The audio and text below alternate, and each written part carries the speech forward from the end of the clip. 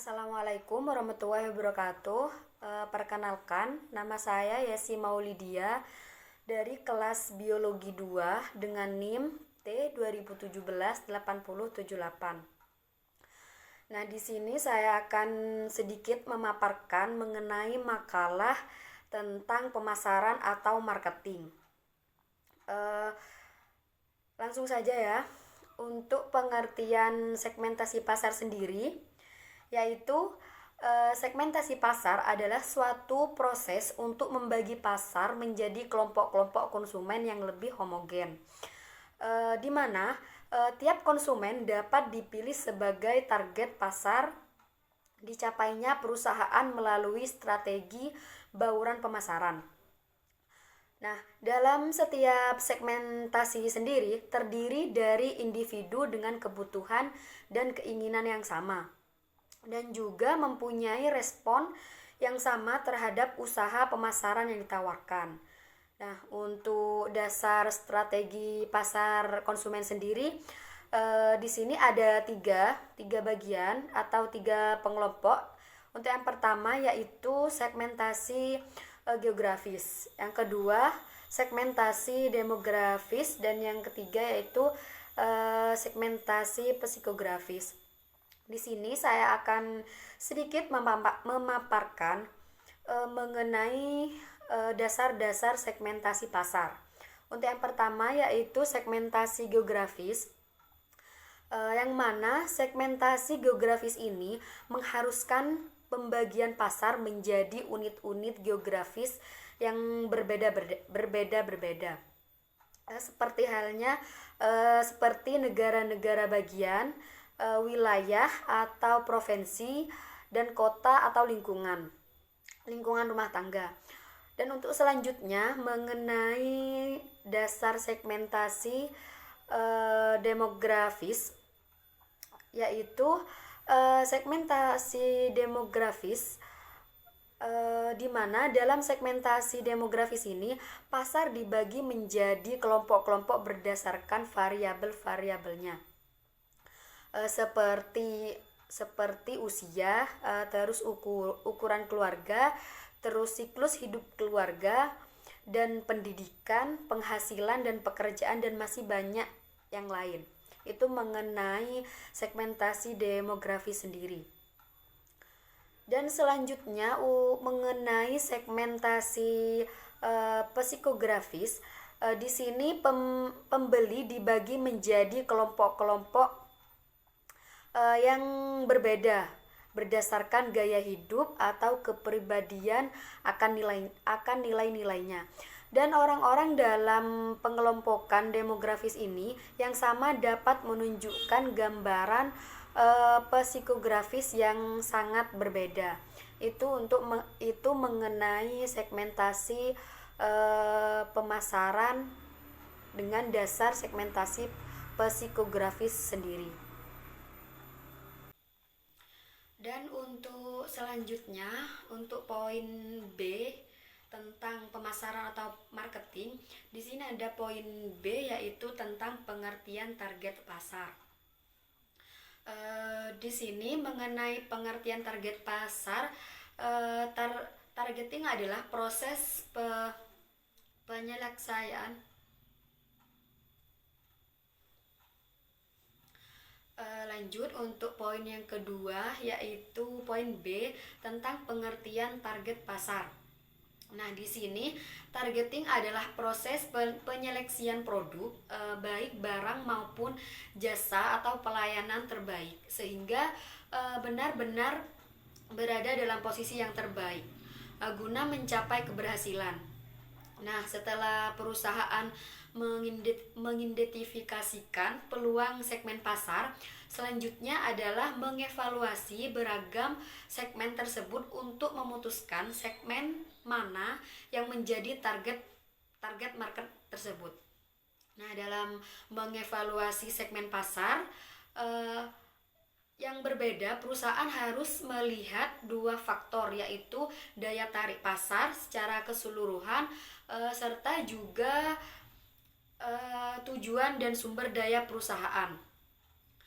Dan untuk perusahaannya harus melihat apakah suatu segmen potensial memiliki karakteristik yang secara umum menarik, seperti ukuran, pertumbuhan dan profitabilitas, skala ekonomi, dan resiko yang rendah, dan dan untuk dan lain-lain.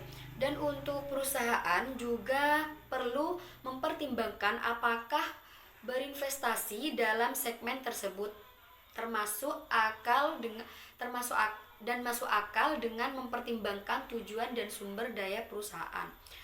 Dan itu untuk mengenai pengertian target pasar.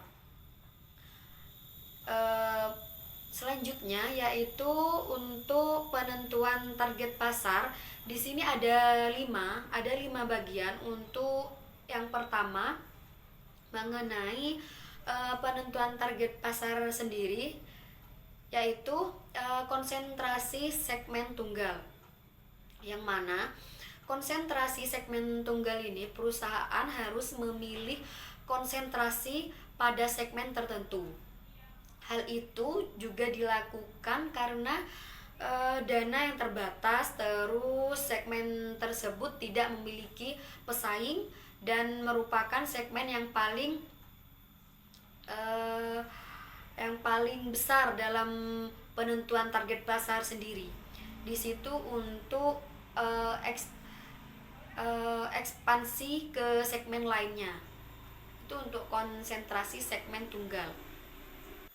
Dan selanjutnya nomor 2 yaitu spesialisasi selektif, yang mana perusahaan memiliki sejumlah segmen pasar yang menarik dan sesuai dengan tujuan serta sumber daya yang dimiliki. Selanjutnya yaitu spesialisasi pasar, yang mana perusahaan memutuskan daripada upaya melayani berbagai kebutuhan dari suatu kelompok pelanggan tertentu. Selanjutnya spesialisasi produk. Perusahaan memutuskan diri pada pembuatan produk tertentu yang akan dijual kepada berbagai segmen pasar tersebut. Untuk yang terakhir, yang nomor 5 yaitu pelayanan penuh. Perusahaan berusaha melayani semua kelompok pelanggan dengan semua produk yang mungkin dibutuhkan, dan hanya perusahaan besar yang mampu menerapkan strategi ini karena dibutuhkan sumber daya yang amat sangat besar. Itu untuk poin B yang tentang pengertian target pasar. Untuk poin yang ketiga yaitu pengertian untuk yang C, pengertian positioning. Selanjutnya yang sebelumnya kan pengertian tentang target pasar, dan yang selanjutnya itu tentang pengertian segmentasi pasar. Dan ini untuk poin yang C yaitu pengertian positioning. Positioning produk adalah cara pandang konsumen terhadap produk tersebut pada atribut yang paling penting, yang pada akhirnya akan menghasilkan citra positif atau negatif dari konsumen terhadap suatu produk. Itu mengenai pengertian positioning. Mengenai penetapan posisi produk, di sini dipandang sebagai salah satu elemen yang amat penting dalam strategi pemasaran perusahaan, karena mengarahkan seluruh bauran pemasaran perusahaan, dan laporan penetapan posisi yang tepat dan jelas merupakan penentuan arah aktivitas promosi. Dan di dalam melaksanakan positioning ini bisa ditetapkan melalui salah satu dari 4 pendekatan, yang mana pendekatan tersendiri di sini ada ciri produk, yang kedua ada harga kualitas, yang ketiga penggunaan, dan yang terakhir yaitu penggunaan produk. Dari keempat pendekatan tersebut, di sini positioning ini secara umumnya tugas positioning terdiri dari 3 tahap dan juga dibagi tiga tahap. Untuk yang pertama, mengidentifikasi sejumlah kemungkinan keunggulan bersaing untuk membangun posisi. Dan untuk yang kedua, yaitu memilih keunggulan bersaing yang tepat. Dan untuk yang ketiga, yaitu mengkomunikasikan secara efektif dan jelas terhadap pesaing sendiri. Itu mengenai secara umum tugas positioning. Dan mengenai pendekatan, yaitu sudah saya sebutkan tadi tentang ciri produk, harga, kualitas, penggunaan, serta penggunaan produk. Untuk poin D, yaitu tentang pengertian strategi produk. Nah, salah satu komponen bauran pemasaran yang terpenting adalah produk, di mana keberadaannya merupakan penentuan bagi program bauran pemasaran yang lain. Itu misalnya tentang penentuan harga, terus program promosi maupun kegiatan pendistribusiannya. Nah, strategi produk baru ini dapat didefinisikan sebagai barang dan jasa yang pada dasarnya berbeda dengan produk yang telah dipasarkan oleh sebuah perusahaan. Definisi tersebut dipandang sangat luas sehingga dapat menimbulkan pengertian-pengertian yang agak berbeda. Di sini untuk perkembangan produk baru diawali dengan 4 poin. Untuk yang pertama, yaitu screening of ide, yang mana pengumpulan ide untuk menetapkan produk baru. Nah, untuk tahap ini merupakan pemilihan sejumlah ide dari berbagai sumber produk-produk lainnya atau sumber informasi, atau bisa juga disebut ide yang berasal dari sumber produk lainnya. Dari manajer perusahaan atau pesaing dan para ahli, termasuk konsultasi para produk pesaing lainnya. Dan untuk yang poin yang kedua mengenai perkembangan produk baru, yaitu juga diawali dengan bisnis analisis, yang mana merupakan analisis dalam melihat prospek bisnis dalam upaya menerangkan upaya bisnis masing-masing dalam strategi produk baru di sini. Nah, masing-masing ide ini perlu dianalisis dari segi bisnis untuk mengetahui sampai seberapa jauh kemampuan ide tersebut dalam menghasilkan laba. Nah, di sini untuk poin yang ketiga mengenai perkembangan produk baru juga diawali dengan technical development atau teknik perkembangan bisnis, yang mana suatu upaya menjalankan bisnis yang sudah direncanakan agar sesuai dengan harapan. Ini juga bisa disebut strategi untuk produk-produk yang baru dan juga produk-produk yang akan keluar.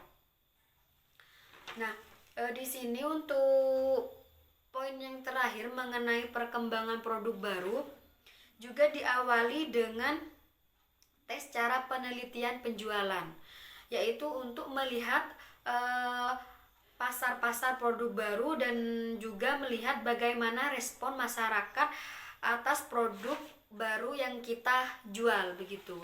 Nah, itu untuk perkembangan produk baru sudah dijelaskan mengenai perkembangan produk baru yang harus diawali dengan apa saja.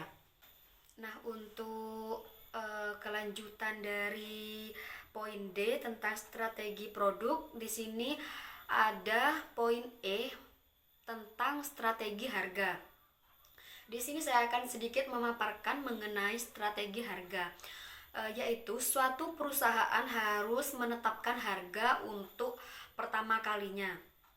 Yakni pertama, ketika perusahaan tersebut mengembangkan atau menciptakan suatu produk barunya.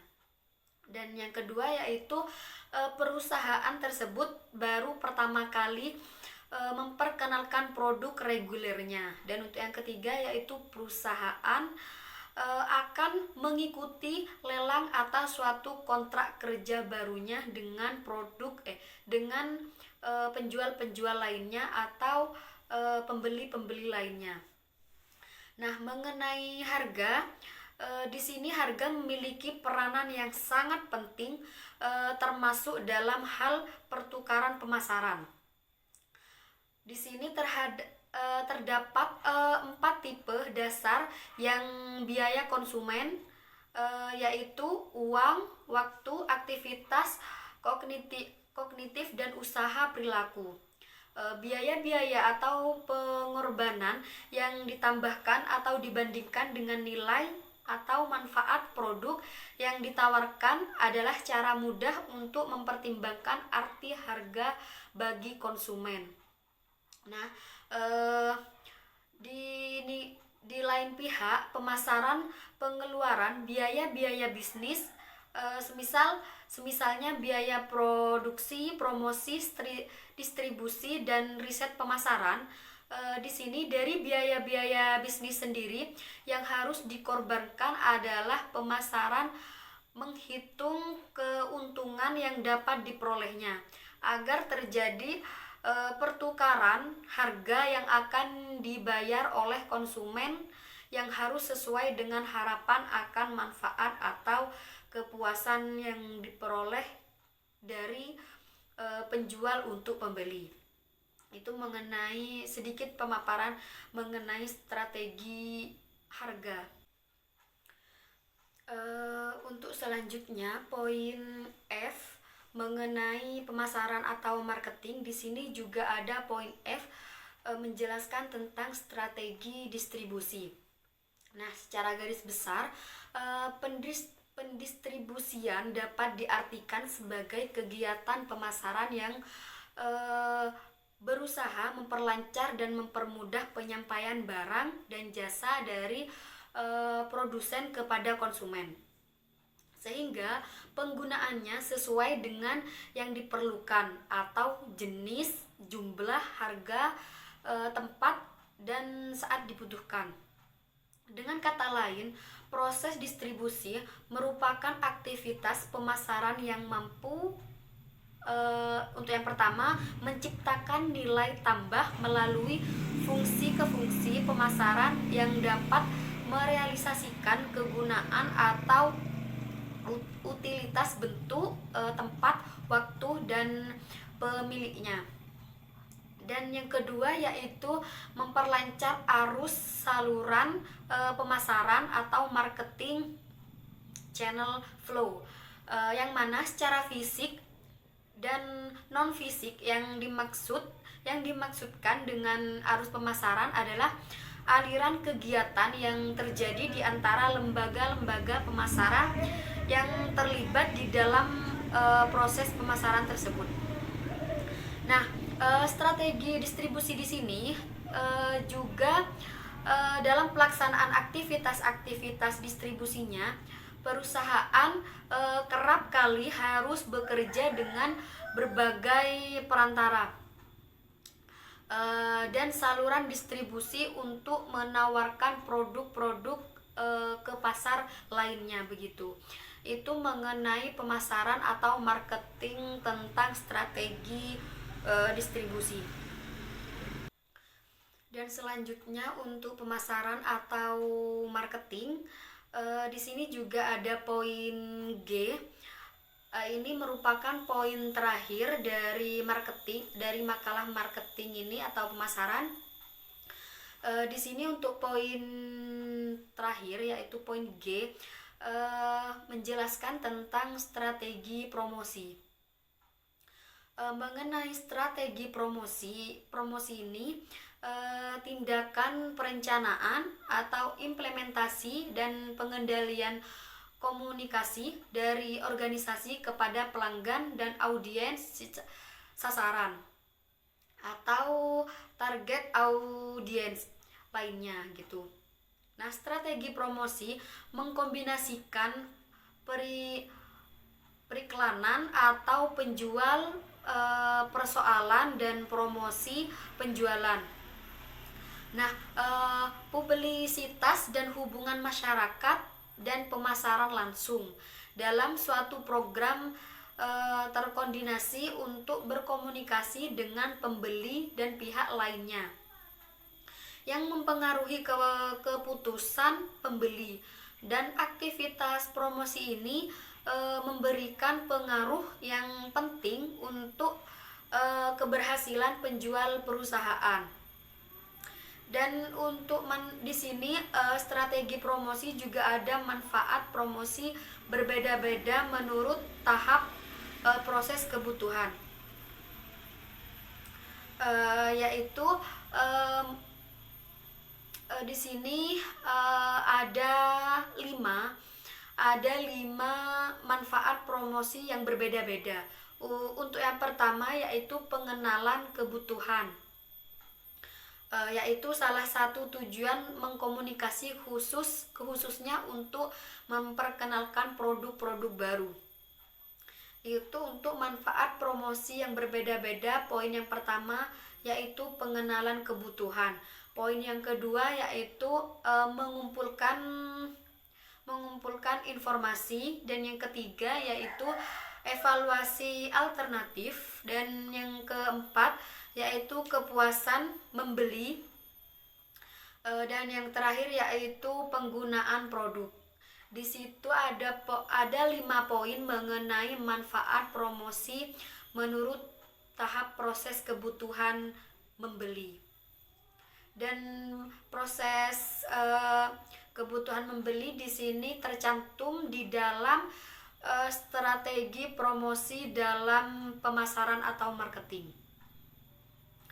Mungkin itu saja dari pemaparan mengenai pemasaran atau marketing dari saya. Apabila ada salah kata, saya mohon maaf. Saya akhiri. Assalamualaikum warahmatullahi wabarakatuh.